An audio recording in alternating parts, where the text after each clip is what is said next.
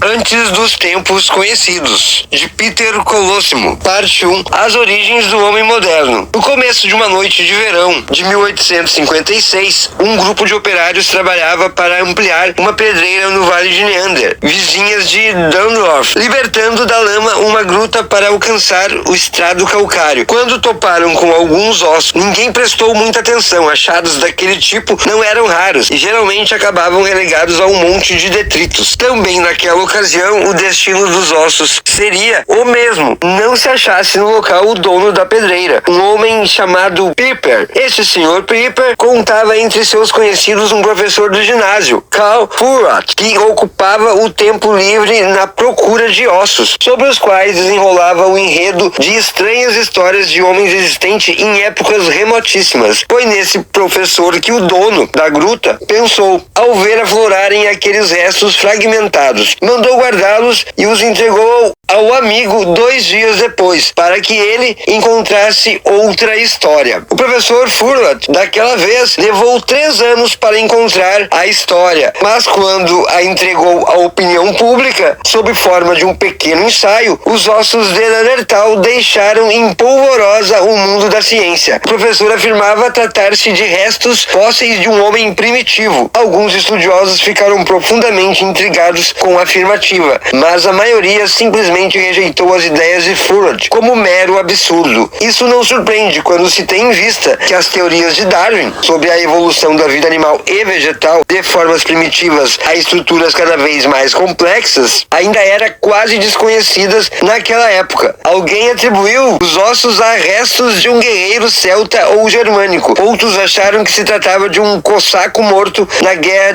de 1813 a 1814. O exame do achado, inclusive, pareceu ter demonstrado até marcas de golpes de baioneta, para ter uma ideia. E houve mesmo quem os atribuísse ao esqueleto de um idiota deformado. Como muitos outros colegas, o professor Furat morreu com fama de amador visionário. Alguns anos depois, contudo, viria a clamorosa reabilitação. Estes indivíduos extremamente parecidos com os do homem de Neandertal foram encontrados inicialmente numa gruta de Spy, na Bélgica, depois na França, Itália, de novo na Bélgica. Segue numa caverna de Krapina, na Coreia do Norte, entre Maribor e Zagreb. Foram trazidos à luz, entre outros ossos, vários esqueletos do nosso suposto progenitor. Era o triunfo para Darwin. O início do século XX vai encontrar os estudiosos entregues não mais à discussão sobre a pertinência do homem Neandertal à humanidade pré-histórica, mas sobre o local que lhe deveria ser atribuído ao longo da evolução. As descobertas, entretanto, vão se avolumando e a ciência, a certa altura, já se considera capaz de traçar em grandes linhas a história das profundas mudanças que teriam feito de um grande macaco disforme o Homo sapiens. Na verdade, o que nos apresentam como galeria de nossos antepassados é uma bela coleção de monstros. Desde o Pithecanthropo de Java, que viveu cerca de 1 milhão de anos atrás, até o Sinanthropo de Pequim, de 1 milhão de anos, até 430 mil anos atrás. Do homem de Heidelberg, de 430 mil até 240 mil anos atrás, ao homem de Neandertal, esse é o nosso sujeito, que teria ocupado a Terra desde 240 mil até cerca de 140 mil anos atrás. Temos que aceitá-la, tal teoria, tal tabela de evolução. Os antropólogos, quase que em unissono, na época, diziam que sim, rotulando os dissidentes sem muita discussão, como míopes conservadores escravos de preconceitos religiosos. Todavia surge alguma dúvida na década dos 30, quando são encontrados na África do Sul os ossos de um homem símio, com características completamente diferentes das dos exemplares até então conhecidos. Os estudiosos ainda assim se satisfaziam em pensar que se tratava, afinal, de ordenar cronologicamente os restos, e permaneceram impermeáveis aos problemas, que, bem ao contrário, deveriam despertá-los para a reflexão. Com toda boa vontade, ainda assim não conseguimos entender como alguém possa ter procedido com tamanha leviandade,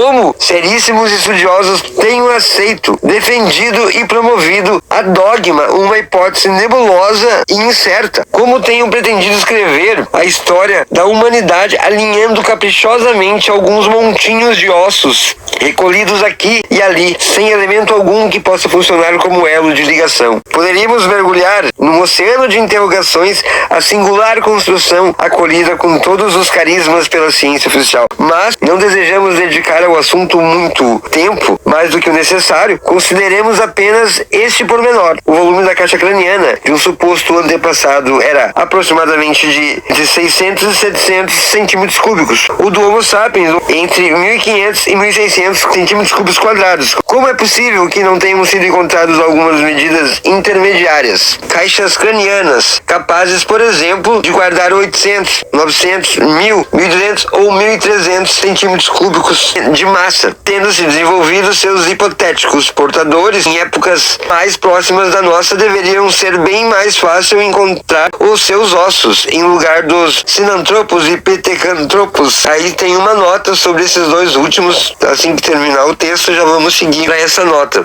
Se os pontífices da antropologia, após terem demolido Furage, não se tivessem deixado arrastar para posições opostas, não seríamos hoje obrigados a rever aquilo que até há poucos anos era considerado indiscutível. Algumas reservas, de fato, teriam sido justificadas desde os achados de Krapina, visto que entre os ossos de uma vintena de indivíduos espalhados na gruta iugoslava, a maioria era, sem dúvida, do tipo Neandertal, mas havia outros tão delicados, tão finos, que de maneira alguma poderiam ter sido atribuídos a indivíduos daquela mesma espécie. Entre os poucos estudiosos que expressaram suas dúvidas sobre o achado, lembramos o professor Ratz, um antropólogo de Bratislava, que levantou a hipótese de ter sido a gruta, em tempos muito remotos, cenário de lutas entre duas raças existentes, principalmente o Homo sapiens e o homem de Neandertal convivendo, sendo contemporâneos. Ele chegou muito perto da verdade, visto termos hoje razões para acreditar que em Krapina, alguns homens de Neandertal realizaram um alegre festim com a carne de suas vítimas, eram de fato canibais, como demonstra o crânio de Cício, claramente cortado e aberto para a extração do cérebro. Então, obviamente,